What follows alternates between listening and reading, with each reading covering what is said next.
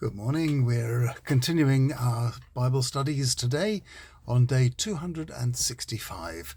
At the moment, we're looking at the parables of Jesus, and today we're looking at Luke chapter 16, verses 1 to 8, and this is the parable of the unjust steward. Then Jesus said this to the disciples. Once upon a time there was this rich man who employed a manager. People reported him to his boss for wasting the rich man's money. So he called him in and said to him, "What's all this I'm hearing about you? I want to see your accounts before I sack you." The manager started to think, "So, I'm getting the sack. What am I going to do? I'm not strong enough for manual labour, and I'd be ashamed to beg."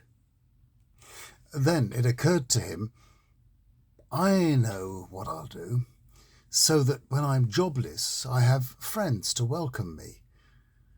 So he quickly got in touch with everyone who owed his boss money. The first one came in and he asked him how much he was in debt. To the tune of 100 amphoras of oil. The manager said, "Here's your account. Sit down quickly and sign off 50. Then to another he said, "You, how big is your debt?" "Well, for 100 sacks of wheat." "Here's your bill," said the manager. "Sign off for 800. Oh, well, the boss of this dodgy manager, or possibly the Lord Jesus, praised him for his shrewd behaviour. After all, earthbound people are cleverer in handling their affairs than the enlightened ones. Oh, this was a tricky one. It's hard to make sense of some of these words, but I've done my best with the sons of this world, or the sons of light, which I have called earthbound people and enlightened ones. I've also had to give two translations of the verse about the one who praised the manager for his shrewd behaviour. The original Greek text could be read equally well to mean that his boss approved of him or Jesus did. So, what is this parable all about? Is it really approving of this shifty middleman cooking the books? And what is Jesus, or in the other translation, the manager's boss, doing? Giving him approval. Is that verse really part of the parable? Or is it just a comment added by Luke? This is not at all straightforward. It's not that easy. I think there are two possible ways to understand this parable, and I'll leave what I consider my best way to the end. Here's the first explanation.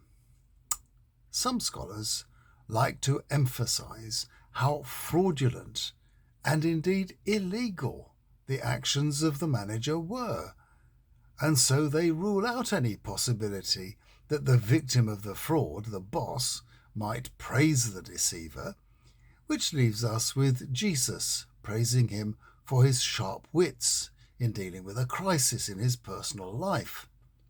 That means the parable is not about fraud, but about keeping our wits about us in a world where the faithful have become dull, whilst the earthbound persist in having their wits about them.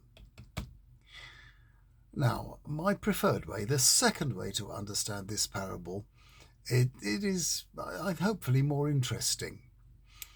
We have to get a handle on how rich Pharisees used to get round the regulations in the Torah that forbade the taking of interest on loans.